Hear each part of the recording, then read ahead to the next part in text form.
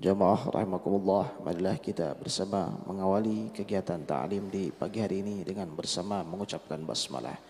Bismillahirrahmanirrahim.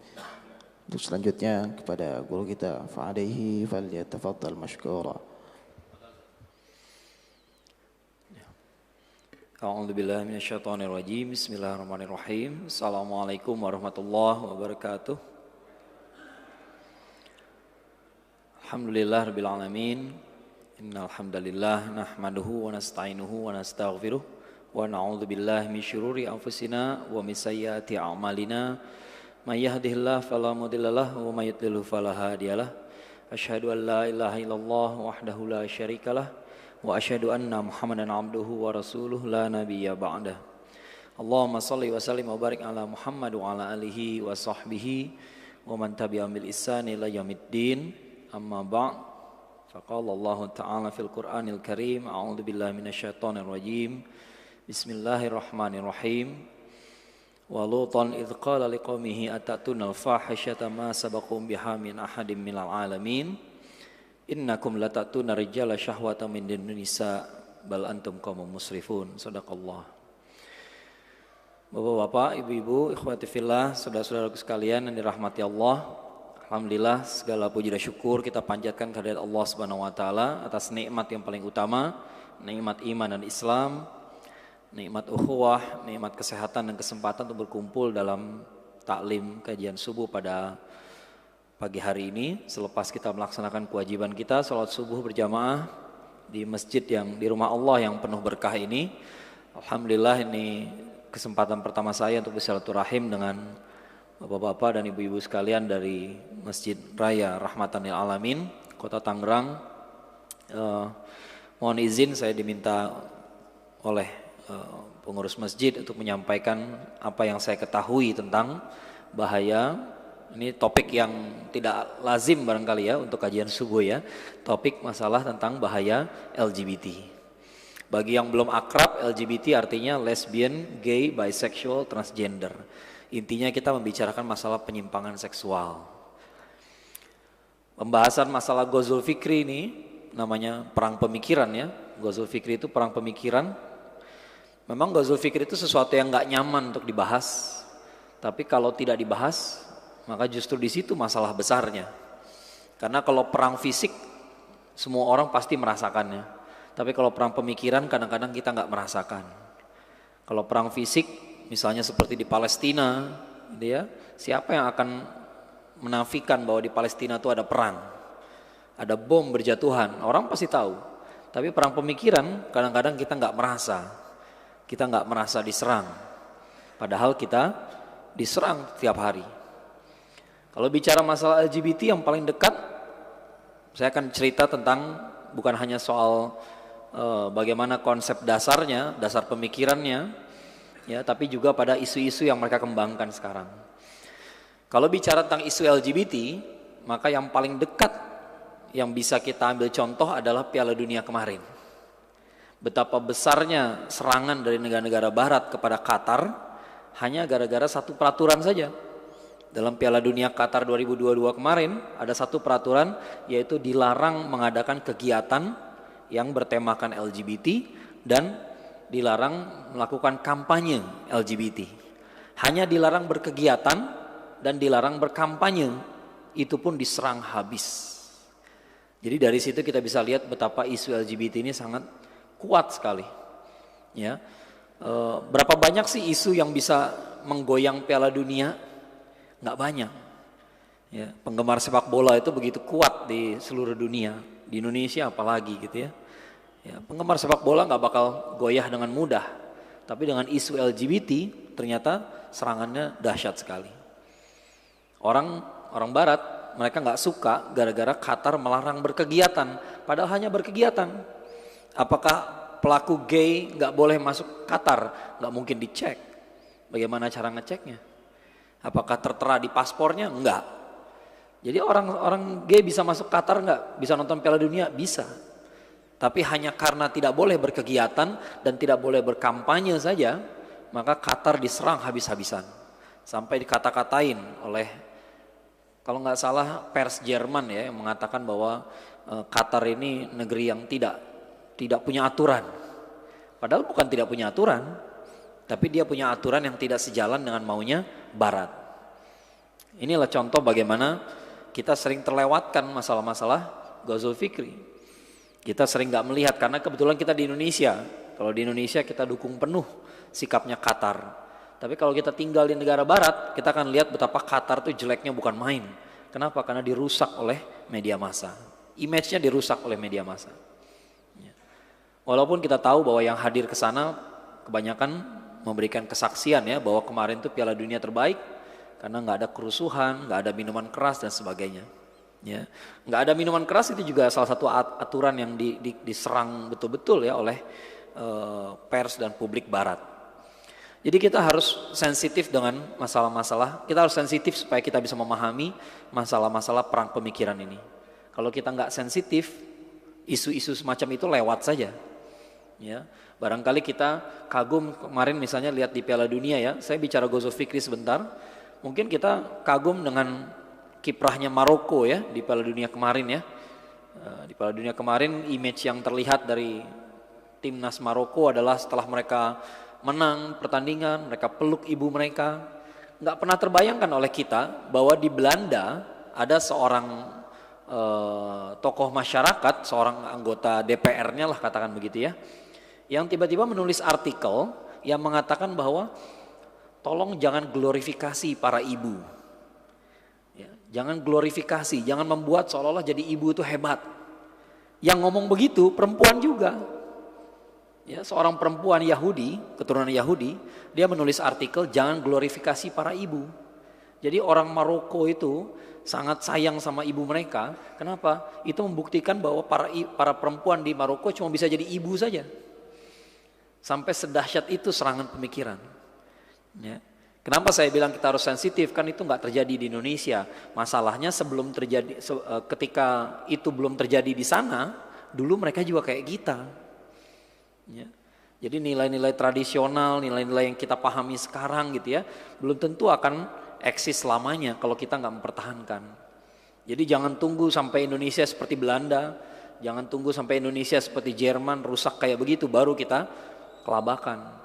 Kita perlu tahu apa yang terjadi di sana sekarang supaya kita nggak jadi seperti mereka. Itu pentingnya. Kalau butuh argumen mungkin. Kebetulan di beberapa tempat saya sering ngisi kajian soal sejarah Andalusia. Andalusia itu yang kemarin, ya, Spanyol dan Portugal dulu pernah menjadi wilayah Islam, namanya Al-Andalus atau Andalusia. Andalusia itu Spanyol dan Portugal pernah menjadi wilayah Islam 800 tahun lamanya. 800 tahun. Dan tokoh-tokoh yang dihasilkannya nggak sembarangan. Kalau kita pernah dengar namanya Imam Al-Qurtubi misalnya. Imam Al-Qurtubi itu dari Cordoba, Kurtubah. Ya. Jadi Andalusia ini peradaban yang pernah melahirkan orang-orang hebat. Dan di sana pernah berkuasa Islam selama 800 tahun. Apa pelajaran yang bisa kita ambil? 800 tahun berkuasa saja, 800 tahun dominan saja ternyata bisa hilang sekarang. Jangan terlalu yakin Indonesia akan selamanya mayoritas muslim. Jangan terlalu yakin. Ya, itu pelajaran yang bisa kita ambil dari negara-negara lain.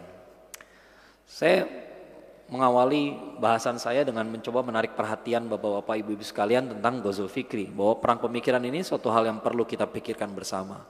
Ya, bukan hanya ini isu yang sangat penting ya, tapi juga sangat urgent untuk kita bahas. Ya. Dan yang sekarang kita akan bahas adalah masalah LGBT. Kita semua tahu kalau orang Islam berbicara tentang penyimpangan seksual, kita pasti akan merujuk pada kisah kaum Nabi Lut alaihissalam. Ya, dan di antara semua ayat-ayat Al-Quran tentang kaum Nabi Lut alaihissalam, saya sering menggunakan dua ayat yang saya bacakan tadi, yaitu surat Al-A'raf ayat 80 dan 81. Di situ Allah Subhanahu wa taala berfirman, A'udzubillahi minasyaitonirrajim, Bismillahirrahmanirrahim, wa Lutan idz qala liqaumihi atatunal fahishah ma sabakum biha min ahadin minal alamin. Dan Nabi Lut alaihissalam, idz qala liqaumihi, ingatlah ketika dia berkata kepada kaumnya, atatunal fahisyah, apakah kamu akan melakukan perbuatan keji, ma sabakum biha min ahadin minal alamin, yang belum pernah ada orang yang melakukannya sebelum kamu. Jadi kaum Nabi Lut alaihissalam adalah pelopor dalam suatu perbuatan keji. Dari awal framingnya adalah keji. Ya, perbuatan keji itu apa sih? Perbuatan keji itu kalau kata para ulama, perbuatan di mana orang melepaskan batasan dirinya, melepaskan remnya. Orang kebablasan itu namanya perbuatannya keji. Saya contoh misalnya, apa sih perbuatan keji? Contohnya adalah zina. Zina itu nggak pernah dibilang khilaf. Yang bilang zina itu khilaf, selingkuh itu khilaf, itu adalah media massa. Kalau dalam terminologi Islam disebutnya perbuatan keji. Kenapa keji? Karena nggak ada zina itu terjadi tiba-tiba. Zina itu sebelum terjadi perzinahan, step by stepnya banyak sekali. Jadi orang kalau sampai berzina, tandanya dia melepas kendali dirinya. Betul-betul dia lepas remnya, remnya blong gitu ya. Padahal dia bisa berhenti di langkah yang mana saja. Ya. Banyak step by step sebelum terjadinya zina. Nah, perbuatan kaum Nabi Lut alaihissalam dari awal kerangkanya adalah perbuatan keji. Bukan hanya perbuatan keji, tapi masa bakum biha min ahadimil alamin. Belum ada yang melakukannya sebelum mereka. Jadi mereka adalah pelopor. Ya. Dan ini nanti poin kepeloporan ini akan saya garis bawahi di bagian akhir nanti ya. Kemudian ayat 81-nya, innakum latatuna rijala syahwata min dunin nisa. Sungguhnya kamu mendekati laki-laki sesama laki-laki dengan syahwat, bukannya perempuan. Artinya kesalahan kaum Nabi Lut alaihissalam yang ketiga, yang pertama perbuatannya keji, yang kedua mereka pelopor, yang ketiga mereka menyimpang. Harusnya laki-laki tertarik pada perempuan, ini malah kepada sesama laki-laki. Dan yang terakhir, bal antum kaum musrifun, kamu adalah orang-orang yang berlebih-lebihan, yang melampaui batas. Kita bisa lihat berapa tahun yang lalu ya, sebelum pandemi ya, 2019 kalau nggak salah ya, 2019 atau 2018 di Kelapa Gading ada pesta seks yang dia lakukan oleh kaum gay. Berapa pelakunya? 140 orang. Itulah bal antum kaum musrifun, orang yang berlebih-lebihan. Apakah manusia yang tidak gay tidak punya syahwat? Semua punya syahwat. Semua manusia punya syahwat. Kita semua punya syahwat. Kalau ada orang mengatakan nggak punya syahwat, bohong sekali. Ya, kalau ada orang bilang nggak punya syahwat seksual, itu bohong sekali. Ya, kenapa? Kalau kita bercermin pada Nabi Yusuf alaihissalam misalnya, kalau kita lihat surat Yusuf ayat 24, ya di situ dikatakan bahwa istri majikan Nabi Yusuf alaihissalam punya keinginan sama Nabi Yusuf alaihissalam. Tapi Nabi Yusuf alaihissalam juga punya keinginan sama dia. Kalau Nabi Yusuf alaihissalam aja punya keinginan, saya yakin yang di ruangan ini nggak ada yang lebih baik daripada beliau. Kita nggak lebih baik daripada beliau. Oleh karena itu kita juga harus meniru Nabi Yusuf alaihissalam, di mana di hadapan godaan beliau lari. Ya, godaan bukan buat diserempet-serempet, tapi buat dilarikan, bukan dilarikan ya, untuk kita hindari sekuat-kuatnya. Itu pelajaran dari Nabi Yusuf alaihissalam. Jadi semua manusia normal juga punya syahwat, tapi yang berlebih-lebihan, yang benar-benar kebablasan, yang nggak peduli norma sama sekali, itulah kaum Nabi Lut alaihissalam dan para penerusnya. Ya, bal antum kaum musrifun. Mungkin kita ingat juga waktu pandemi ya, ada kasus yang di Inggris, warga Indonesia ya, siapa namanya, Reinhard Sinaga ya, Reinhard Sinaga. Itu kasusnya dari 2017 sudah disidangkan. Kenapa baru ramai 2019? Baru ramai 2019 karena selama 2 tahun itu persidangan itu berjalan dengan memutar video yang dia bikin. Jadi Reinhard Sinaga ini menculik orang ya, ngasih obat ke orang ya sehingga dia pingsan, dibawa ke apartemennya, kemudian diperkosa. Dia laki-laki, korbannya juga laki-laki semua. Diperkosa dan divideokan. Video-video kumpulan video dia ini begitu dikumpulkan isinya ratusan. Lebih dari 100. Dan dipertontonkan semua di ruang sidang sampai makan waktu 2 tahun. Ya. Makanya baru ramai di Indonesia 2019 karena baru 2019 dibuka ke publik. Ya. Sidangnya udah berlangsung dari 2017. Jadi luar biasa sekali. Memang apakah ada orang heteroseksual misalnya gitu ya, laki-laki normal yang memperkosa orang? Ada. Tapi korbannya enggak 170 orang. Korbannya enggak 100. Ya. Beberapa kasus di Indonesia, kasus pedofili juga begitu. Ya, kasus pedofili dulu pernah ada kasus 99 anak. Ada kasus, wah banyak luar biasa. Ya seperti saya bilang ya, pemerkosaan ini juga terjadi di kalangan heteroseksual. Tapi yang berlebih-lebihan, yang benar-benar nggak masuk akal jumlahnya, ya hanya mereka ini.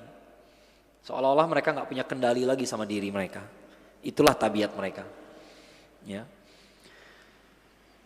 Nah itulah kaum yang kita kenal sekarang dengan namanya LGBT. LGBT itu lesbian, gay. Lesbian berarti perempuan yang suka dengan sama perempuan. Gay, laki-laki sama laki-laki. Bisexual berarti laki-laki atau perempuan yang suka dengan laki-laki ataupun perempuan.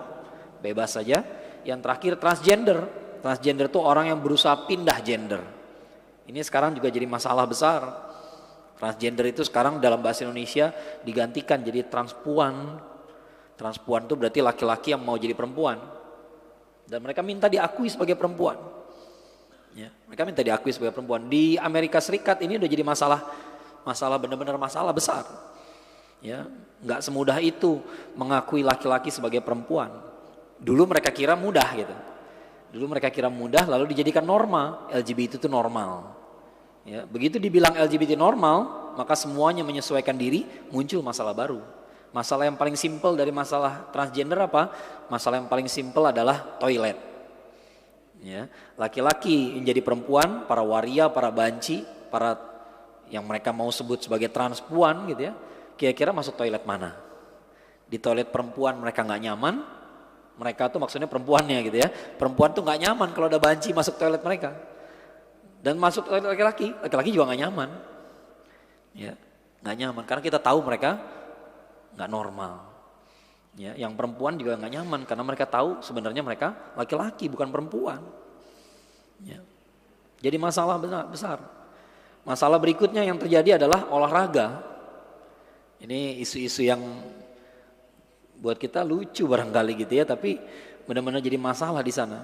Kenapa? Karena para transgender ini laki-laki yang mau dianggap perempuan oleh hukum dia harus dinyatakan sebagai perempuan. Oleh hukum mereka maksudnya ya, di Amerika Serikat gitu ya. Jadi masalah dalam bidang olahraga. Karena dulu misalnya nih ada cabang olahraga apa? Cabang olahraga atletik misalnya, cabang olahraga atletik lari 100 meter. Ya, kelas perempuan. Ya, tiba-tiba ada laki-laki mau diakui sebagai perempuan. Dia masuk ke kategori itu, ya juara. Langsung juara. Ya, yang lebih lucunya lagi ada kelas gulat. Ya kelas gulat laki-laki perempuan pasti menang laki-laki. Ya, akhirnya mereka sendiri yang protes. Ini kenapa para transgender dimasukin ke kategori kami? Perempuan juga yang menderita. Yang tadinya juara 1, juara 2 sekarang jadi juara 3, jadi juara 4. Karena juara 1, juara 2-nya diambil sama para banci. Karena para banci itu aslinya laki-laki juga. Tenaganya masih laki-laki. Ya. Ini isu-isu yang berkembang di dunia sekarang. Seperti saya bilang mungkin gak berkembang di sini. Tapi kita nggak boleh nunggu sampai terjadi dulu baru kita kelabakan. Ya, kita harus berbuat sesuatu. Karena kuntum khaira ummah ukhrijat linnas itu ada syarat dan ketentuan berlakunya. Kita jadi umat terbaik kalau ta'muruna bil ma'ruf wa tanhauna 'anil munkar wa tu'minuna billah. Kalau kita nggak lakukan itu, kita bukan khairu ummah, kita bukan umat terbaik. Ya. Nah, isu-isu yang berkembang lagi di Indonesia barangkali ini yang luput dari perhatian karena memang saya tahu media massa tidak berusaha meliputnya. Saya tahu karena saya pelakunya juga gitu ya. Saya termasuk pelaku dalam kasus ini. Jadi tahun 2016 sampai 2018 ada belasan orang yang berusaha mengajukan judicial review ke Mahkamah Konstitusi.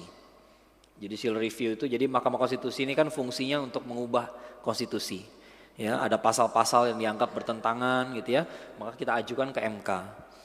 Ya, nah ada belasan orang datang ke MK mengajukan judicial review. Kita minta perubahan pada produk undang-undang. Apa yang kita ubah? Kita minta ubah adalah KUHP, Kitab Undang-Undang Hukum Pidana. KUHP ini yang paling apa ya? Barangkali paling tinggi setelah Undang-Undang Dasar gitu ya. KUHP ini bicara tentang hukum pidana, apa saja yang disebut pidana ada di situ. Ya, jadi isinya adalah norma-norma bahwa misalnya mencuri itu perbuatan pidana. Nah, adanya di situ. Ya, KUHP itu ada di situ. Nah, yang kita pengen ubah ada 3 pasal, yaitu pasal-pasal kesusilaan. Pasal 184, 185, 192. Ya. Mudah-mudahan saya nggak salah ingat. Yang pasti temanya saya nggak salah ingat. Yang 184 ini tentang perselingkuhan. Jadi di KUHP kita yang disebut pelanggaran pidana hanya perselingkuhan, bukan perzinaan. Apa bedanya perselingkuhan dan perzinahan? Perselingkuhan itu kalau punya pasangan yang sah. Perzinahan tidak. Perzinahan itu bisa terjadi bagi orang yang belum punya pasangan sah, ya, yang para lajang atau para janda duda. Kalau perselingkuhan itu adalah para suami dan para istri pelakunya. Ya. Jadi yang dilarang di Indonesia ternyata bukan perzinahan tapi perselingkuhan. Jadi jangan kaget kalau ada yang digerebek, ya, digerebek ternyata bukan sama pasangannya, lagi berzina sesama mahasiswa dan mahasiswi. Itu sih sorenya pagi digerebek, sore udah pulang lagi. Gak ada pasal apa-apa, gak ada yang dia langgar. Ya. Nah itu yang kita pengen ubah. Kita pengen ubah, yang dilarang jangan hanya perselingkuhan tapi juga perzinahan. Kemudian pasal 185 soal pemerkosaan. Pemerkosaan itu definisinya adalah pemaksaan hubungan seksual dari laki-laki kepada perempuan. Ya, dulunya pemerkosaan selalu begitu, laki-laki memaksa perempuan. Ya, tapi kenyataannya sekarang dengan berkembangnya LGBT, seringkali terjadi laki-laki dipaksa oleh laki-laki juga. Makanya kita minta diubah bukan hanya dari laki-laki kepada perempuan, tapi manusia kepada manusia. Itu namanya pemerkosaan. Ya, dari manusia kepada manusia, apapun jenis kelaminnya itu namanya pemerkosaan. Yang pasal 192 adalah tentang hubungan sama jenis, nah yang sangat relevan dengan kita bicarakan sekarang. Ya, jadi yang dilarang dalam KUHP kita adalah hubungan sama jenis antara orang yang dewasa dengan yang belum dewasa. Antara yang sesama dewasa nggak ada pasalnya. Makanya tadi saya cerita kasus di Kelapa Gading 140 orang pelaku pesta seks, ya. Besoknya udah pulang, hampir semuanya udah pulang. Yang nggak pulang hanya para penyelenggara acara saja, ya. Karena nggak melanggar pasal apa-apa. Itu yang menohok sekali gitu ya. Ternyata perbuatan-perbuatan yang kita anggap nista di negeri ini banyak yang belum tercover oleh KUHP. Nah dalam hal ini kesusilaan. Kita lagi bahas yang kesusilaan saja. Ya. Kita minta ubah. Yang dilarang bukan hanya hubungan sesama jenis dari dewasa ke tidak dewasa, tapi juga sesama dewasa dan sesama belum dewasa. Ya, karena dewasa dalam bahasa hukum positif kita agak bermasalah memang. Ya, dibilang belum dewasa tapi padahal sebenarnya sudah akil balik. Ya. Jadi kita minta semuanya dilarang. Hubungan seksual sama jenis dilarang semua. Pemerkosaan dari jenis apapun kepada jenis apapun salah semua. Perzinahan semuanya salah. Percaya atau enggak, kami sampai hadir di MK sampai 22 kalau nggak salah ya, 22 kali sidang. Selama 2 tahun. 2 tahun kami sidang di MK. Sengketa pilpres aja cuma 2 kali sidang selesai. Sengketa pilkada 1 kali sidang kelar. Tapi kami minta perubahan 3 pasal kesusilaan itu 22 kali lebih. 22 kali lah. Ya 22 kali sidang. 2 tahun. Dan kami kalah. Artinya pasalnya nggak berubah. Siapa yang menjegal kami dulu? Komnas Perempuan, Koalisi Perempuan, semua yang bikin RUU penghapusan kekerasan seksual kemarin. Ya. Jadi Komnas Perempuan sendiri yang ternyata menolak hal semacam ini. Ya. Komnas Perempuan, Koalisi Perempuan, kita udah hafal namanya semua. Ya. Inilah isu yang mereka bawa. Kenapa Komnas Perempuan sangat membela sekali isu masalah LGBT tadi misalnya? Kita lagi bicarakan LGBT dulu ya. Karena memang feminisme itu dan feminisme dan LGBT itu isu yang sama-sama lahir dari konsep gender, Pak. Konsep gender itu intinya mengatakan bahwa laki-laki dan perempuan, pembedaan laki-laki dan perempuan kecuali dalam hal biologis adalah konstruk sosial. Maksudnya begini, laki-laki dan perempuan beda apanya? Kalau fisiknya jelas beda, itu nggak mereka sangkal. Ya, tapi pembedaan yang lain itu adalah konstruk sosial. Misalnya, kata siapa perempuan nggak boleh jadi supir truk misalnya. Ya, kata siapa laki-laki nggak boleh pakai rok. Itu konstruk sosial. Artinya kesepakatan masyarakat saja. Karena kesepakatan berarti boleh diubah. Nah itu maunya para pengusung ideologi gender. Itulah konsep gender. Jadi laki-laki perempuan itu fisiknya beda, selebihnya nggak perlu dibedain. Pakaiannya nggak perlu dibedain, namanya nggak perlu dibedain, pekerjaannya nggak boleh dibedain, kodratnya sama semuanya. Sisanya sama semua. Ya. Nah, dari situ lahir feminisme. Karena feminisme mengatakan laki-laki sama dengan perempuan. Saya pernah baca artikel ada seorang perempuan jadi supir bus Transjakarta. Paragraf pertamanya, ini membuktikan perempuan bisa mengerjakan semua yang dikerjakan laki-laki. Padahal kita sebagai laki-laki kasihan, kok perempuan kerjanya jadi supir bus? Apa nggak bisa dicarikan kerja yang lain, yang nggak terlalu fisik? Ya, tapi itulah, ya, buat mereka itu prestasi. Perempuan bisa kayak laki-laki itu prestasi. Dalam hal apa? Apa saja. Ya. Nah, itu isunya feminis. Isu apa hubungannya dengan LGBT? Hubungannya dengan LGBT adalah tadi ya, laki-laki dan perempuan selain fisiknya sama. Selain fisiknya berbeda, tapi selebihnya sama saja.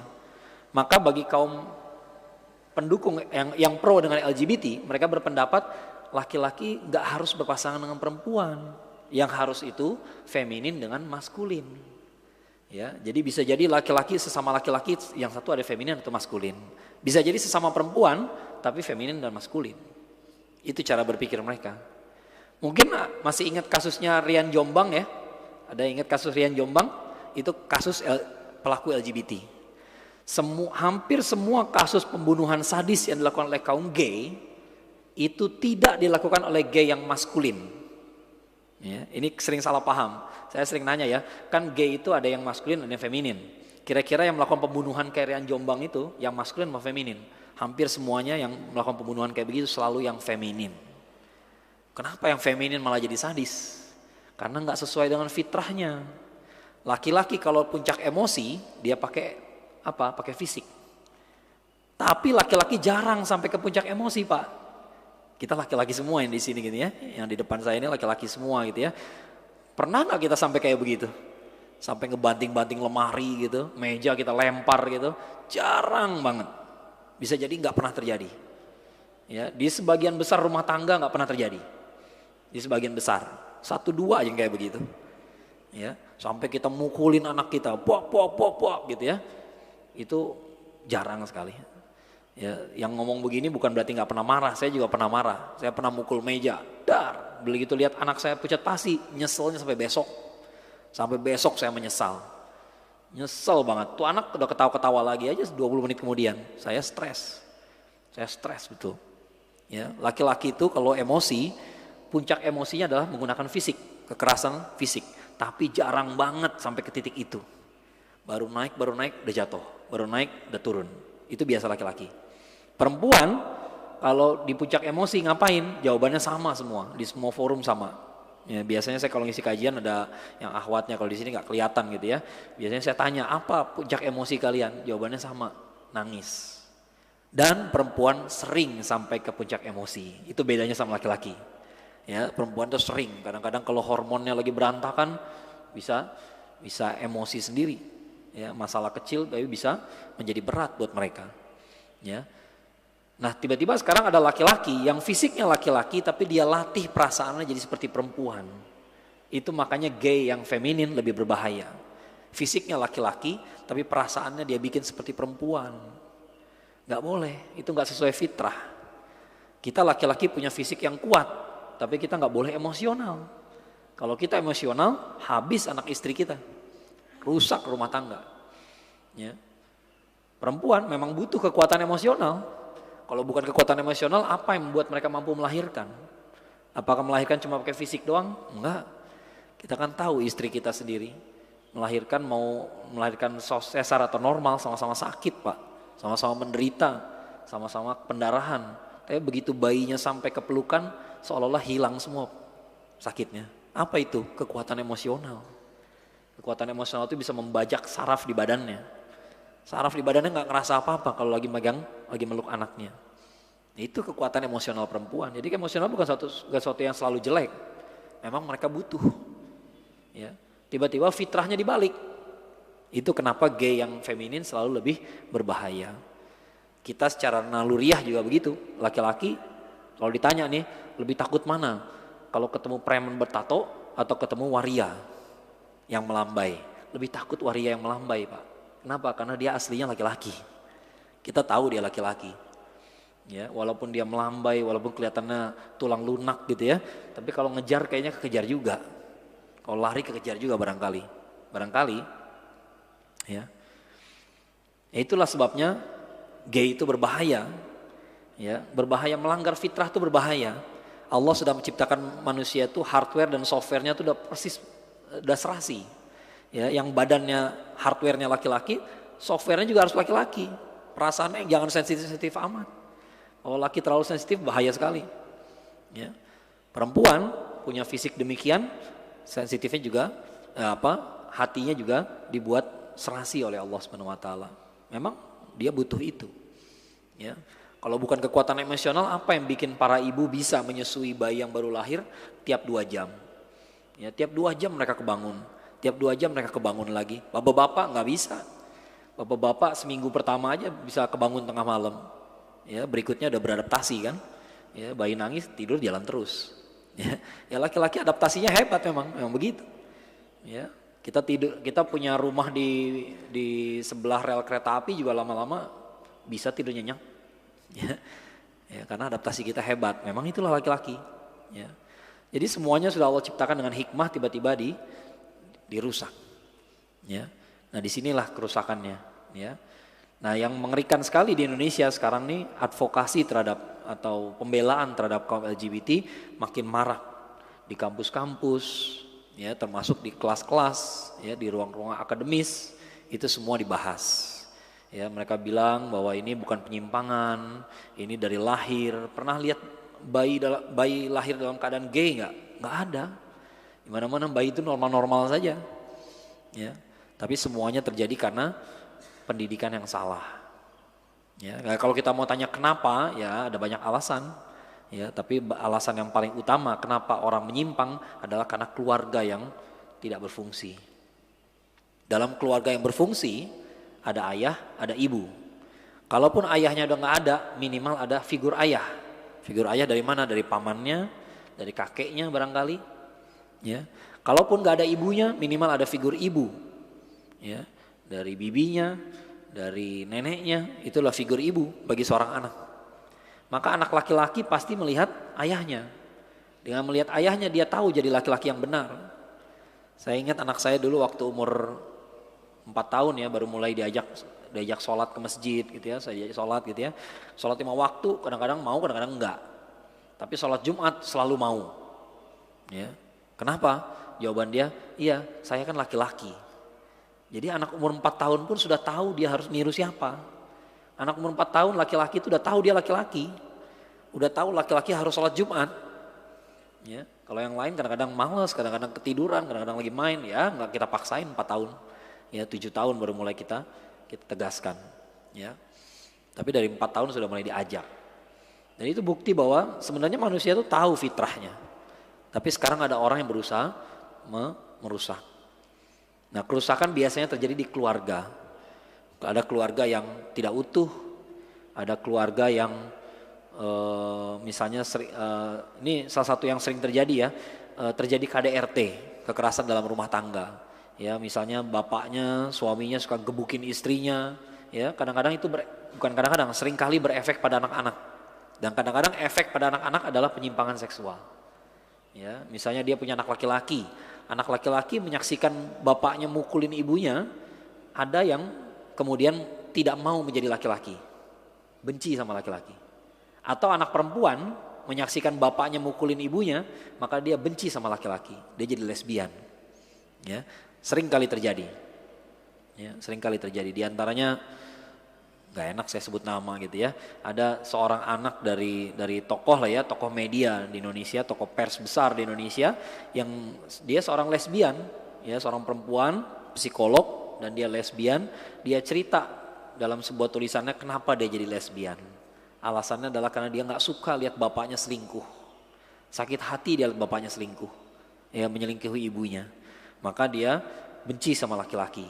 Ya, itu alasannya. Jadi kerusakan kayak begini biasanya di keluarga. Ada juga kasus-kasus kayak Dia pengen punya anak laki-laki, ternyata anaknya perempuan. Maka anak perempuannya dibesarkan jadi kayak laki-laki. Itu egois sekali orang tua kayak begitu. Ya, atau sebaliknya, pengen anak perempuan, lahirnya laki-laki, akhirnya dibesarkan kayak perempuan. Gak boleh kayak begitu ya. Itu melanggar fitrahnya. Ya, laki-laki, perempuan ya perempuan. Ya. Nah, tapi sekali lagi yang kita bahas adalah aspek gozul fikrinya. Bagaimana betapa perang pemikiran soal LGBT ini sangat dahsyat sekali terjadi di kampus-kampus. Ya. Jadi kampus-kampus, kalau kemarin kita lihat nih ya, tadi saya sempat singgung RUU penghapusan kekerasan seksual, TPKS sekarang ya, tindak pidana kekerasan seksual.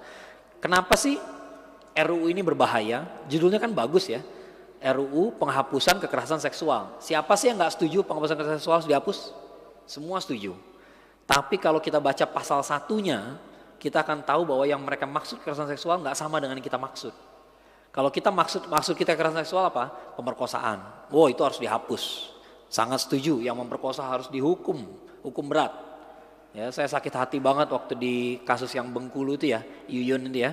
Yuyun yang di Bengkulu diperkosa sampai meninggal, pemerkosanya 8 orang kalau nggak salah, hukumannya 4 tahun. Ya, orang memperkosa rame-rame sampai meninggal, dihukum cuma 4 tahun. Kalau saya jadi bapaknya saya akan tungguin 4 tahun di depan penjara, ya saya habisi orang-orang itu, ya nggak bisa, itu nggak adil sama sekali.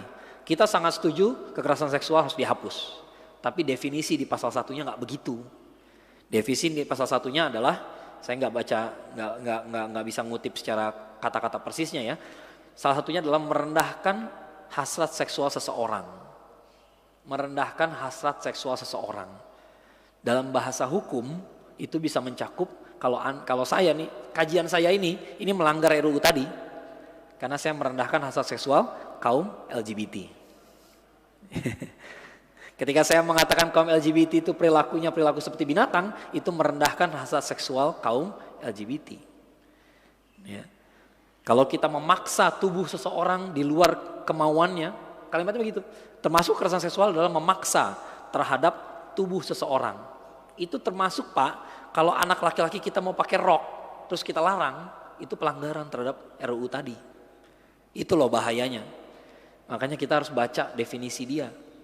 Apa definisi kekerasan seksual menurut mereka? Ya. Karena yang bikin RUU tadi adalah orang-orang yang sama dengan yang menjegal kami di MK dulu. Di MK dulu kami melawan perzinahan. Mereka enggak, mereka mengatakan zina itu hak privat. Yang ngomong begitu ibu-ibu dari Komnas HAM, jaraknya 2,5 meter dari tempat saya duduk. Dan kalau mau dicari di situs MK tuh ada transkripnya. Setiap persidangan ada transkripnya. Kalau mau baca 400 halaman mah bisa. Ada, ketemu di situ semua. Dan saya pernah nulis di Republika soal ini. Saya tulis di Republika, saya dimuat. Ya. Jadi bukan bohongan yang saya katakan ini. Ya, betul-betul orang yang membela perzinahan, membela LGBT, itulah yang membuat RUU TPKS. Oleh karena itu jangan heran kalau kemudian gerakan-gerakan Islam malah menentang. Bukan karena kami suka kekerasan seksual, bukan. Tapi karena definisi mereka kayak begitu. Definisi mereka seperti itu. Kalau ada memaksa tubuh seseorang, berarti bapak-bapak kalau nyuruh anak perempuannya pakai jilbab, itu pemaksaan. Dan itu kekerasan seksual. Mau nggak kita disebut melakukan kekerasan seksual pada anak perempuan kita sendiri? Wah, Anda melakukan kekerasan seksual. Kenapa? Maksa anak Anda pakai jilbab. Itu memang kewajiban dia. Wah, Anda melakukan kekerasan seksual. Kenapa? Karena anak laki-laki pengen pakai jilbab, pengen pakai rok malah dilarang. Ya emang nggak boleh. Nggak boleh anak laki-laki jadi banci. Nggak boleh. Tapi harus dibolehkan. Ya, itu yang mengerikan sekali. Ya. Termasuk di antara kekerasan seksual adalah apa? Pelacuran paksa. Orang dipaksa jadi pelacur, nggak boleh. Oh, jadi kalau nggak dipaksa gimana? Ya. Kaum feminis, kaum yang membela gender, yang membela ideologi LGBT ini adalah orang-orang yang sama. Orang-orang yang sama. Mungkin bapak-bapak nggak begitu akrab dengan sebuah situs namanya Magdalene.co. Ya, Magdalene.co itu pernah memuat sebuah artikel yang mengatakan menjadi pelacur itu lebih terhormat daripada jadi istri. Kenapa? Karena kalau Anda kalau jadi istri, Anda dikasih mahar sekian, ya, maka seumur hidup Anda harus melayani suami. Ya. Tapi sementara kalau Anda jadi pelacur, Anda bisa tentukan tarif Anda, servis yang mau Anda berikan, dan kapan Anda memberikannya. Ya, dia mereduksi hubungan suami istri menjadi hubungan seksual doang. Dia nggak lihat bahwa hubungannya jauh lebih luas daripada itu. Ya. Tapi itulah yang terjadi. Ya, ini makanya sekarang kita harus memahami. Kadang-kadang saya bicara soal feminisme, ada orang bertanya, tapi kan feminis bawa isunya isu yang baik-baik, masalah kesehatan, akses pendidikan dan lain-lain. Itu yang dibicarakan di publik luas. Tapi di tempat yang tidak begitu terbuka, isu yang mereka bawa lain. Ya, kita bisa lihat di internet masih rame lah kalau mau dimasukin kata kunci Women's March sebelum pandemi ya 2018, 2019 ya. Ada foto-fotonya, lihat sendiri isu yang mereka bawa apa. Judulnya Women's March. Jadi feminis di seluruh dunia Pak, bulan Maret, biasanya bulan Maret walaupun nggak harga mati bulan Maret ya. Biasanya bulan Maret itu mereka bikin aksi jalan di kota-kota besar di seluruh dunia. Bukan di Indonesia doang, seluruh dunia. Ya, biasanya bulan Maret, tapi nggak selalu bulan Maret juga. Ya, makanya namanya Women's March. March itu kan artinya gerak jalan, sekaligus artinya juga bulan Maret. Ya. Nah, ketika mereka lihat foto-fotonya, lihat foto-foto aksinya. Apakah yang mereka bicarakan soal pendidikan, kesehatan? Enggak selalu. Mereka juga bahas masalah kebebasan seksual. Pakaianku bukan urusanmu. Tubuhku bukan urusanmu. Ya. Dan hadir juga di situ kaum transgender. Para banci datang di situ. Kaum LGBT datang di situ. Isu-isu yang mereka bawa, kebebasan seksual itu ada. Saya nggak mau ngutip kata-katanya karena kotor banget. Ya, terlalu kotor kata-katanya. Yang jelas silakan dicari sendiri, dimasukin Google gitu ya, Google ya, Women's March Indonesia. Ya. Luar biasa. Jadi itulah isu-isu yang mereka bawa. Jadi ini sepaket antara LGBT dengan feminisme dan kebebasan seksual itu sepaket semuanya. Karena berawal dari nenek moyangnya sama, yaitu konsep gender. Ya. Nah, terakhir saya ingin menggarisbawahi seperti yang saya bilang tadi, kepeloporan. Ya, kan tadi dibilang kaum Nabi Lut alaihissalam adalah pelopor, masa bakum biha min ahli min alamin. Mereka melakukan sesuatu yang belum dilakukan oleh orang lain sebelumnya. Maka dari situ kita belajar secara implisit, ya, ayat itu mengatakan bahwa bisa jadi di masa depan, ya, setelah kaum Nabi Lut alaihissalam akan ada dosa-dosa yang baru, dosa-dosa baru dengan pelopor-pelopor yang baru pula. Kalau bapak-bapak kira LGBT adalah ujung dari penyimpangan, salah sekali. Salah sekali. Wah, laki-laki dan sama laki-laki, perempuan dengan sama perempuan, laki-laki jadi perempuan, perempuan jadi perempuan, itu adalah puncak kesesatan. Enggak juga. Sekarang ada lebih parah lagi. Sekarang ada penyimpangan. Sekarang kaum pedofili di Amerika Serikat memperjuangkan hak mereka. Ya, mereka maunya diperbolehkan dengan anak-anak. Ya, kaum incest juga memperjuangkan. Kami ingin diperbolehkan dengan saudara kami sendiri, kakak adiknya, dengan orang tuanya. Ya, penyimpangan kayak gitu ada, mungkin gak terpikirkan sama kita, tapi ada. Di luar sana ada yang melakukan hubungan seksual dengan binatang, ada yang melakukan hubungan seksual dengan mayat, namanya nekrofilia. Kalau binatang zoofilia, ya. Ada yang punya fetish dengan darah, ya, macam-macam, segala macam. Transgender itu laki-laki jadi perempuan atau perempuan jadi laki-laki. Apakah itu puncak penyimpangan? Enggak juga. Kemarin baru ada kasusnya di Jepang, ada seorang laki-laki pingin berubah jadi anjing. Sehingga dia bayar $14.000 untuk bikin sebuah kostum yang persis seperti anjing. Persis banget seperti anjing. Kalau yang seumuran saya dulu waktu di TV suka nonton film Lassie, nah anjingnya kayak gitu tuh, jenis Lassie itu tuh, nggak tahu jenis apa namanya, ya, mirip banget, realistis banget. Ternyata di dalamnya orang, dan orang itu pakai kostum. Di Amerika dan di negara-negara Barat, kadang-kadang ada pawai gitu ya, ada karnaval, orang-orang pakai kostum binatang. Itu bukan pawai Walt Disney Pak, bukan pawai lucu-lucuan itu pawai kaum yang namanya furry, kaum menyimpang yang namanya furry. Kan tadi sudah saya cerita ada orang berhubungan seksual dengan binatang ya. Kalau ini bukan dengan binatang, dengan manusia. Tapi ketika berhubungan seksual, mereka berfantasi seperti binatang. Jadi ketika berhubungan seksual mereka nggak, mohon maaf gitu ya, mereka bukan melepaskan semua pakaiannya, mereka justru pakai kostum binatang. Ya, mereka pengen jadi binatang. Ada loh orang kayak begitu. Maka saya katakan penyimpangan itu bagaikan pintu. Kita buka satu pintu, kita akan sampai ke sebuah ruangan, di ruangan itu ada banyak pintu yang lain. Kita buka satu penyimpangan, akan ada penyimpangan yang lain. Ya, sekali lagi, sebagaimana kaum Nabi Lut alaihissalam adalah pelopor dari sebuah penyimpangan, jangan berasumsi penyimpangannya berhenti di situ, karena bisa jadi akan ada pelopor-pelopor berikutnya, dan memang sudah terjadi. Dan sekali lagi, jangan tunggu sampai terjadi di negara kita. Di negara kita udah ada, cuman belum mayoritas saja, ya, belum mayoritas, belum dominan, ya. Tapi di forum-forum tertentu mereka berkuasa. Di forum-forum akademis, di kampus-kampus, jangan kira pendapat saya ini pendapat mayoritas, enggak. Di kampus-kampus enggak, sangat minoritas. Sangat minoritas. Ya, rata-rata dosen ilmu sosial, ilmu psikologi, banyak yang tidak lagi bersikap tegas terhadap penyimpangan kayak begini. Nah, mudah-mudahan bermanfaat. Waktu syuruk sudah tiba, mungkin bisa kita lanjutkan dengan tanya jawab. Fadhol.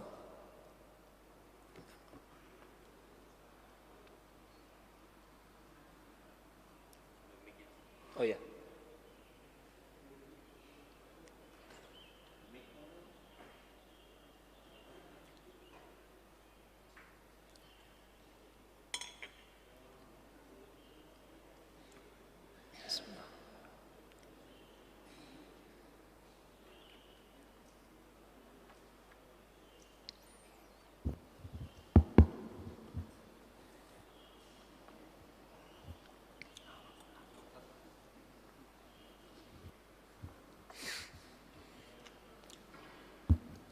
Bismillahirrahmanirrahim. Assalamualaikum warahmatullahi wabarakatuh. Waalaikumsalam warahmatullahi wabarakatuh. Saya Suherman, salam kenal Pak Akmal, Ustadz. Agenda pagi ini luar biasa buat kami, sesuatu hal yang berbeda. Saya appreciate kepada DKM telah menyajikan materi tentang hal ini. Dan di Indonesia sendiri, saya membaca tentang artikel LGBT dan lain sebagainya berkaitan dengan orang yang berbeda dengan laki atau perempuan. Sekarang LGBT itu memang marak dan luar biasa. Sampai ada 840 perusahaan sudah menerima orang-orang yang berbeda ini. Dari 202 negara di dunia ini, Indonesia nomor 113 yang menerima tentang keberadaan mereka ini. Yang saya miriskan adalah sebenarnya memang perang pemikiran ini mungkin diawalin, khususnya kita di Indonesia orang muslim kan banyak Pak ya. Saya selaku divisi pendidikan di Marala di sini tentu juga ingin memikirkan hal ini, bagaimana preventif maupun memikirkan untuk hal ini tidak berkembang biak. Nah, walaupun memang ada butiran-butiran ini ketika manusia dilahirkan tadi disampaikan. Kalau saya baca di artikel, mereka di barat sana mengartikan bahwa ketika mereka dilahirkan itu memang sudah berbeda gen dan kromosom, kan gitu. Terus mereka menyampingkan tentang agama, sehingga mereka mengedepankan bahwa keberadaan mereka itu ingin diakui sesuai dengan sains dan teknologi, sehingga agama ini tidak diperlukan. Mereka tidak yakin dengan cerita Nabi Lut walaupun zaman ayat-ayat Al-Quran yang dulu. Nah, di Indonesia barangkali yang sudah digagaskan bagaimana perjuangan Ustadz, barangkali ini perlu digelorakan kembali bahayanya LGBT ini di setiap masjid-masjid pengajian, karena fungsi kontrol kita nggak bisa membendung gerakan ini. Kita begitu berat tantangan ini ke depannya. Jadi butuh ustadz-ustadz seperti Bapak ini. Ya, kami secara ini saya dukung bagaimana biar setiap masjid paham bahwa begitu bahayanya. Karena Indonesia sendiri sudah menerima orang-orang ini, entah jadi karyawan, entah jadi pengurus, ketika orang-orang lebay atau seperti keperempuanan bisa bekerja. Dan orang mengakui bahwa keberhasilan mereka seperti tontonan di TV, ya, itu juga mengajarkan, menggiring orang bahwa orang ini dengan lucunya, dengan keberhasilannya seolah-olah menjadi apa ya? Dan itulah menjadi contoh yang baik. Nah ini apalagi dengan media yang tanpa batas ini, borderless, sehingga bagaimana ke depan kita ini supaya sama-sama membangun berbahayanya ini. Mungkin sejak dini daripada rumah tangga maupun di pengajian. Terima kasih Ustaz. Assalamualaikum warahmatullahi wabarakatuh. Waalaikumsalam.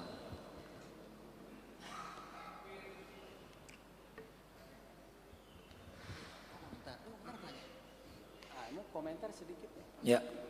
Mungkin tadi lebih banyak dukungannya ya ketimbang pertanyaannya ya. Ya memang benar Pak. Jadi memang masalah Ghazul Fikri ini saya memang sering membahas masalah Ghazul Fikri, di antaranya masalah Islam liberal, masalah pluralisme ya, masalah Syiah, itu semua masalah Ghazul Fikri. Perang pemikiran ini yang membuat kita susah tuh ada dua hal menurut saya. Ya biasanya ya, ini sekedar sharing pengalaman ya. Dua hal yang membuat kita susah. Pertama, kita nggak sadar terjadi perang. Kita nggak ngeh gitu.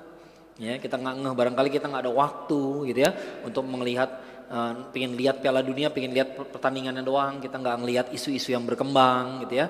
Kita nggak sempat bertanya pada anak-anak kita di sekolah diajarin apa.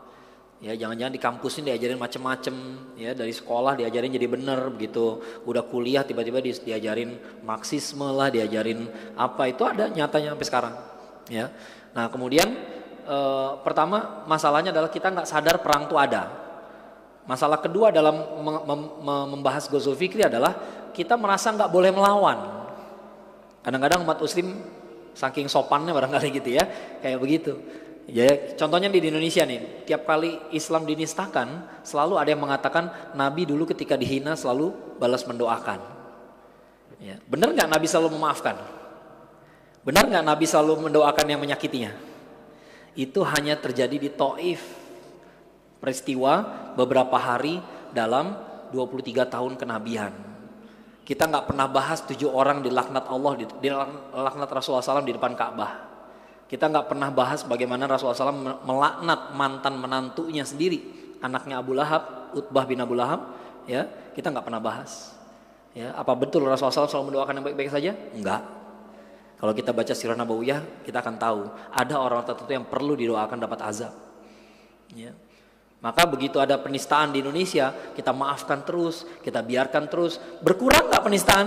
Enggak, karena memang bukan begitu cara yang benar. Itu cara yang salah. Umat Islam juga harus punya giroh, harus punya harga diri, harus tahu kapan dia bisa marah dan bagaimana cara dia marah. Ya, bukan marah terus-terusan, nggak mungkin kita marah terus-terusan. Dari tadi saya senyum-senyum aja kok bahas LGBT ya, nggak marah-marah gitu ya. Kita bukan pemarah, tapi orang yang nggak tahu kapan dia harus marah dan nggak tahu cara dia marah, itu bukan orang yang berwibawa. Dan umat juga nggak berwibawa dengan cara kayak begitu. Ini contoh susahnya bahas Ghazul Fikri. Kadang-kadang kita merasa harus memaafkan. Enggak. Rasulullah SAW juga sama seperti manusia biasa. Ada yang sulit dimaafkan, walaupun akhirnya dimaafkan juga. Ada juga yang tidak dimaafkan, tapi dieksekusi. Ada kasus-kasus yang lain.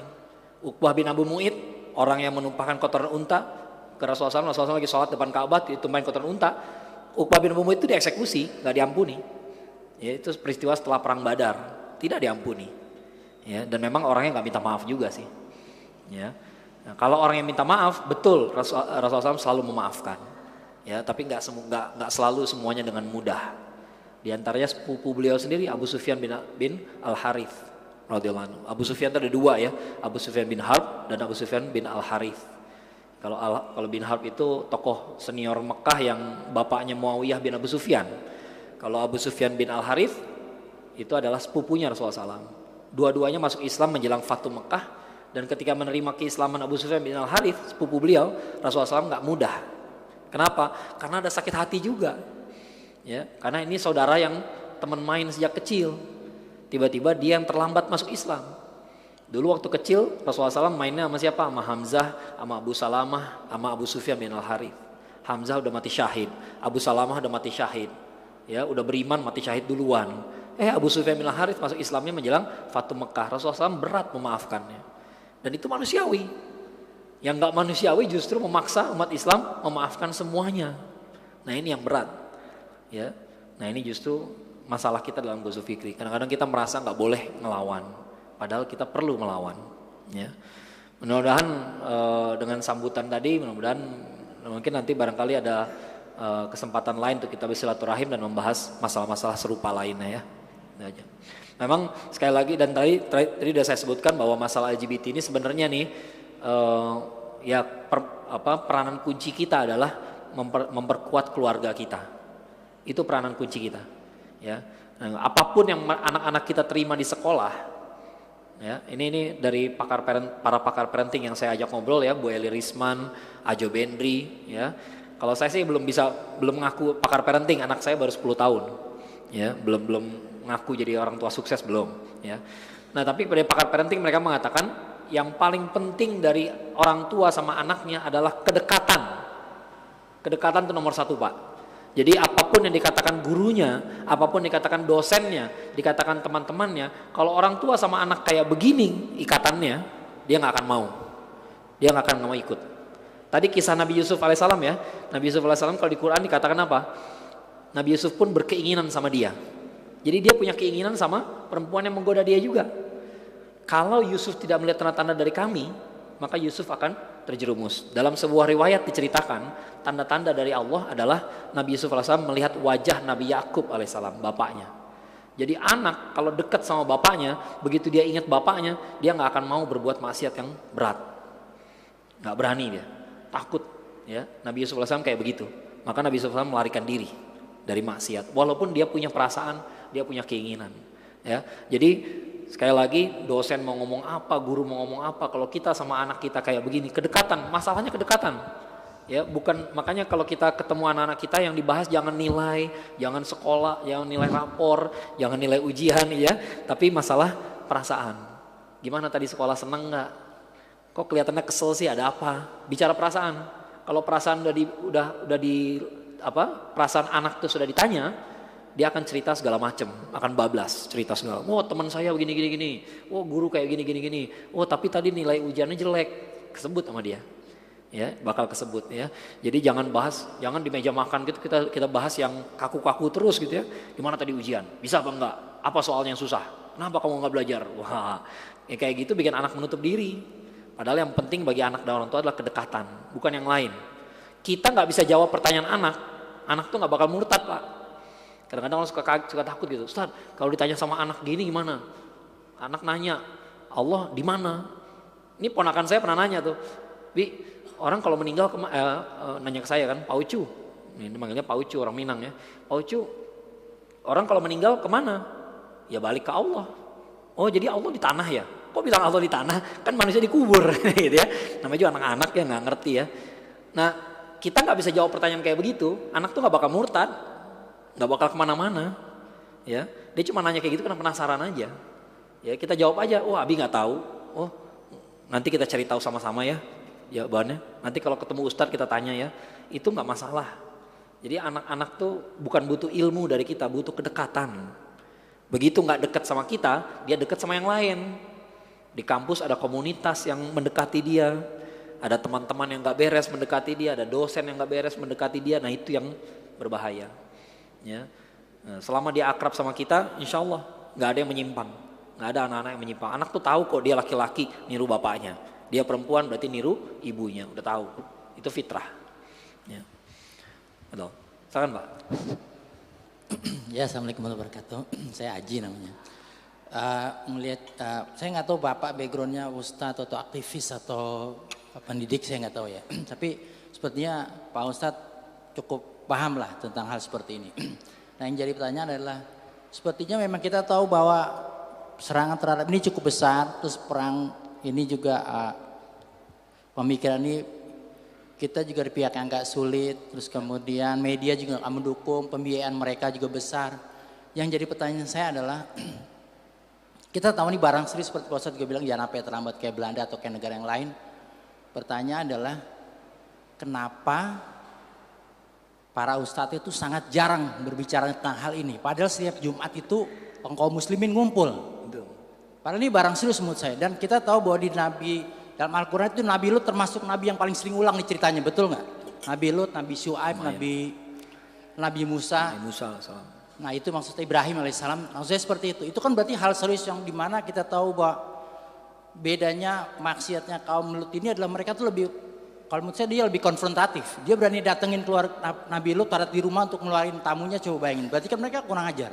Nah kenapa kita juga nggak berani nekat seperti itu para ustadz? Makasih. Salam. Kalau soal keluarga, alhamdulillah. Makanya saya juga bikin di sini psikolog. Jadi kalau ada konsultan psikolog di sini kita bisa ada di klinik saya. Karena saya tahu keluarga itu adalah basic dari semuanya. Pokoknya begitu keluarga hancur, itu pasti anak-anak nggak benar. Saya pernah bawain satu pasien. Saya dokter bedah, ada pasien saya gay, saya suruh kemari ke psikolog gitu, karena kita punya psikolog. Itu pertanyaan tolong dijawab, makasih. Kenapa Ustadz jarang membahas hal ini di mimbar Jumat? Ya. Saya sangat jarang, belum tentu 6 bulan sekali lah saya bilang. Serius. Ya, kenapa sangat jarang tema ini dibahas? Faktornya banyak sih. Faktornya banyak. Kan ada 3 ya yang terlibat di sini. Siapa yang terlibat? Jamaah, asatisnya, sama pengurusnya. Ya, bisa jadi pengurus masjid nggak pada ngeh masalahnya. Jadi mereka nggak mencari bahasan soal ini. Ya, bisa jadi asatisnya yang tidak menguasai. Ya, kalau menguasai ayat-ayat tentang kaum Nabi Lut alaihissalam barangkali banyak.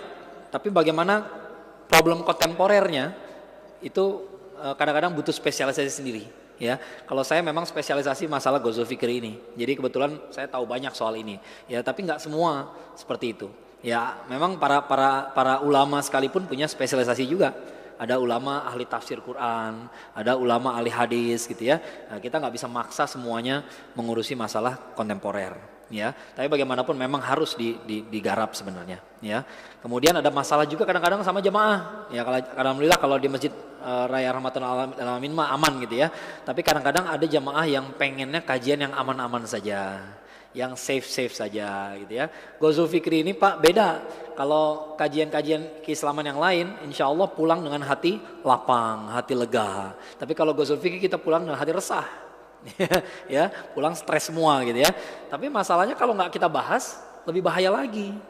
Kita nggak tahu, nauzubillah min zalik ya. Kita nggak tahu terjadi apa-apa, tiba-tiba anak kita bela LGBT. Mungkin dia nggak LGBT, tapi dia jadi pembela.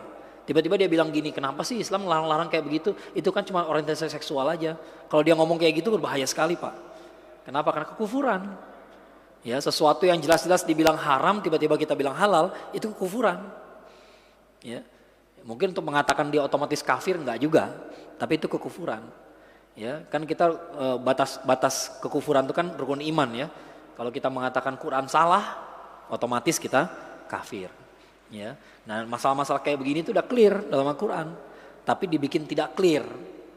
Ya, sedikit contoh gitu misalnya, ada seorang profesor guru besar dari UIN Syarif Hidayatullah Jakarta, Ibu Siti Musdah Mulia, udah lama dari awal tahun 2000-an awal, dia udah bilang Allah melihat ketakwaan manusia, bukan orientasi seksual.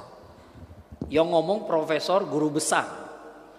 Ya, orang awam nggak ngerti, wah profesor guru besar UIN Syarif Hidayatullah Jakarta pasti ngerti agama, kelar. Di UIN Jogja, UIN Sunan Kalijaga Yogyakarta, sebelum pandemi kemarin 2019 ada disertasi yang menghalalkan zina. Gimana coba? Dan kasusnya belum selesai, setahu saya dia ngisi kajian di Tangerang Selatan kalau nggak salah, lupa saya. Ya, namanya Pak Abdul Aziz. Dicari kalau yang anak muda cari di googling pasti ketemu langsung. Ya, kasus disertasi yang menghalalkan zina. Ya, pasti tahu. Ya, nah ini kasus-kasus kayak begini orang-orang awam nggak tahu siapa yang kadang-kadang pengurus nggak tahu siapa yang mereka undang. Itu yang saya sesalkan juga gitu kadang-kadang gitu ya. Ada kadang-kadang pengurus nggak tahu siapa yang diundang siapa aja gitu ya. Guru besar tafsir Quran dari ini ternyata orang JIL, Jaringan Islam Liberal. Ternyata orang Syiah yang diundang. Ya, itu makanya Ghazul Fikri itu penting sekali. Ya, untuk dibahas supaya kita ngerti isu-isu yang berkembang, kita tahu orang-orang ini seperti apa. Ya, jangan mengira masalah Syiah itu masalah mazhab, beda banget. Ya, sangat berbeda sekali. Ya, nggak sama perbedaan Ahlus Sunnah dengan Syiah dengan Syafi'i, Maliki dan Hanafi dan Hambali, nggak sama sekali, jauh sekali. Ya, jauh sekali perbedaannya gitu ya. Islam liberal nggak masalah, kadang-kadang banyak nggak tahu hal kayak begitu. Ya, jadi bisa jadi tiga-tiganya sih. Ya, antara asatisnya nggak siap, ya nggak semua asatis ahlinya di situ, ya, dan nggak salah, ya, jadi jangan disalahkan juga ya. Jangan semua ustadz disalahin, kenapa nggak bahas LGBT gitu ya, nggak juga gitu ya. Memang ada bidang-bidang lain yang perlu dibahas. Ekonomi syariah itu perlu dibahas juga ya, semua perlu dibahas. Kadang-kadang pengurusnya yang nggak begitu ngeh dengan masalah-masalah kontemporer, kadang-kadang jamaahnya pengen bahasan yang safe aja, yang aman-aman aja gitu ya. Padahal kenyataannya dunia kita nggak aman. Ya itu masalahnya gitu ya. Ya mudah-mudahan ini jadi perhatian kita bareng-bareng lah, kita bersama ya. Sebenarnya sih di luar sana banyak yang concern juga kok ya, kalau nanti kalau mau tanya-tanya saya gitu ya, ini bidang masalah, kalau bahas masalah Syiah siapa, masalah feminisme siapa, Islam liberal siapa, insya Allah saya kasih tipsnya lah ya. Banyak nama-namanya gitu ya. Kalau di Jakarta kita punya lembaga namanya INSIS dan saya tergabung di situ. Institute for the Study of Islamic Thought and Civilizations, itu di Kalibata. Kita khusus bahas masalah-masalah pemikiran kayak begini.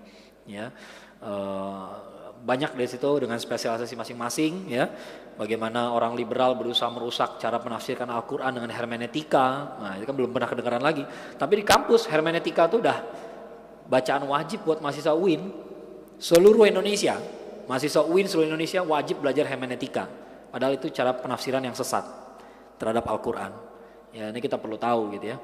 Nah, ini bahasan kayak begitu ada di memang sering kami bahas gitu ya. Mudah-mudahan nanti kita bisa kolaborasi lebih baik. Betul. Ada satu lagi? Mungkin satu lagi kali ya. Kita sempat sholat syuruk.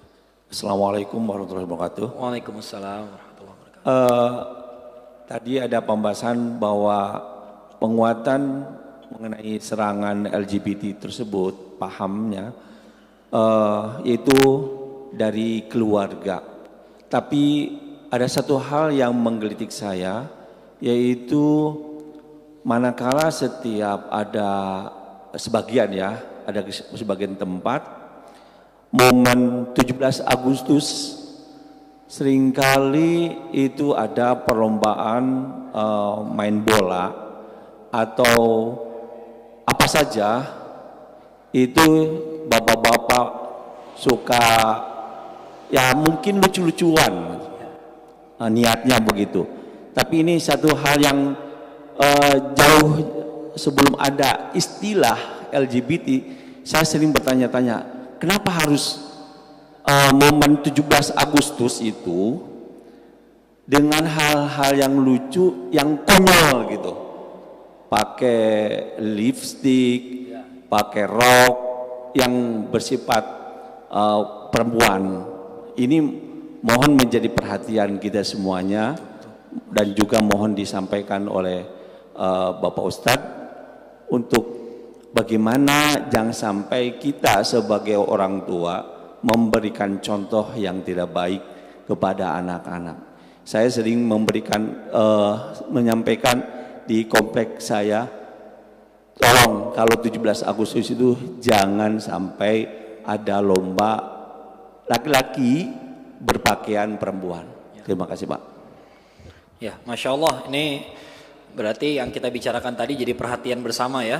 Bagus sekali, benar sekali ya. Jadi Rasulullah SAW tuh menyatakan Allah melaknat laki-laki yang menyerupai seperti perempuan. Menyerupai seperti perempuan itu, it doesn't matter apakah Anda sedang acting, sedang ngelawak, sedang lucu-lucuan, atau Anda serius, ya, atau Anda serius jadi banci gitu ya, enggak, it doesn't matter, ya. Rasulullah SAW nggak bilang kecuali kalau lagi bercanda, enggak, ya. Nah, agama ini bukan masalah, bukan bahan candaan, ya. Sama seperti para ulama misalnya nih ya, para ulama sampai sekarang jumhur ulama masih melarang berakting menjadi orang kafir. Ya, ini saya sedikit gambarkan saja ya, bahwa dalam Islam tuh kita diajarkan untuk berpikir konsisten. Kalau Anda nggak suka sesuatu, maka jangan pernah membungkus dia jadi kelihatan bagus. Ya, kita nggak suka kekafiran kan, maka kalau bikin film tentang sirah walaupun tentang sirah nabawiyah sekalipun, jangan jadi Abu Jahal. Nggak boleh aja pemeran Abu Jahal, Abu Lahab, itu peran yang nggak bagus. Jadi Fir'aun gitu ya. Para ulama nggak suka orang berakting jadi orang kafir. Ya, nah demikian juga kita nggak suka dengan penyimpangan seksual, maka jangan jadikan itu candaan. Ya, betul sekali, ini masukan yang bagus sekali. Barangkali selama ini kita nggak terpikir sama sekali gitu ya, melakukan yang kayak ada bapak-bapak pakai daster ya, daster perempuan terus main bola gitu kan, kadang kayak gitu ya, lucu-lucuan kayak gitu, itu lucu-lucuan gitu ya. Yang kemarin sudah terjadilah, ya udahlah nggak apa-apa lah gitu ya. Barangkali kita nggak punya niat, mudah-mudahan Allah melihat kita nggak punya niat macam-macam, tapi kedepannya kalau bisa dihentikan. Apalagi sekarang sudah berkembang ideologi LGBT tadi, akhirnya orang berpikir kita lucu-lucuan, mereka pikir kan normal, tiap 17-an juga kayak begitu. Nah tiba-tiba yang kita kerjain jadi argumen mereka. Yang kita kerjain itu jadi amunisi mereka. Ya, mau nggak kita apa yang kita kerjakan, padahal kita nggak dukung mereka, tapi akhirnya jadi argumen mereka. Ya, itu berbahaya sekali. Ya, jangan sampai kita berkontribusi memenangkan pemikiran yang nggak menyimpang kayak begini. Terima kasih, alhamdulillah saya senang sekali dapat banyak masukan, dapat sambutan ya. Mudah-mudahan ini jadi perhatian kita bersama, dan sekali lagi masalah-masalah yang seperti ini yang harus kita perkuat, yang paling utama adalah keluarga kita. Ya, kalau anak sama keluarga itu kuat, ya maka nggak ada, anak itu udah pasti berpihak pada orang tuanya. Itu fitrahnya. Ya, anak tuh begitu lahir dia nggak berpikiran bapaknya harus yang cakep, ibunya harus yang cantik, bapaknya harus yang kaya. Dia nggak bakal milih. Dia tahu siapa bapaknya, dia tahu siapa ibunya. Apapun yang terjadi dia ambil, dia terima saja. Ya, jadi kalau itu fitrahnya. Fitrahnya anak tuh terikat sama orang tuanya. Kalau rusak ikatan itu, berarti tandanya ada salah yang kita perbuat. Ada sesuatu yang nggak beres, ya, karena fitrahnya nggak begitu. Mudah-mudahan bermanfaat, mudah-mudahan Allah lindungi seluruh keluarga kita dari fitnah akhir zaman. Mudah-mudahan kita berkumpul di jannah surganya Allah Subhanahu wa taala bersama para nabi dan rasul, para siddiqin, para syuhada dan para muslihin. Amin ya rabbal alamin. Bila taufiq. Assalamualaikum warahmatullahi wabarakatuh.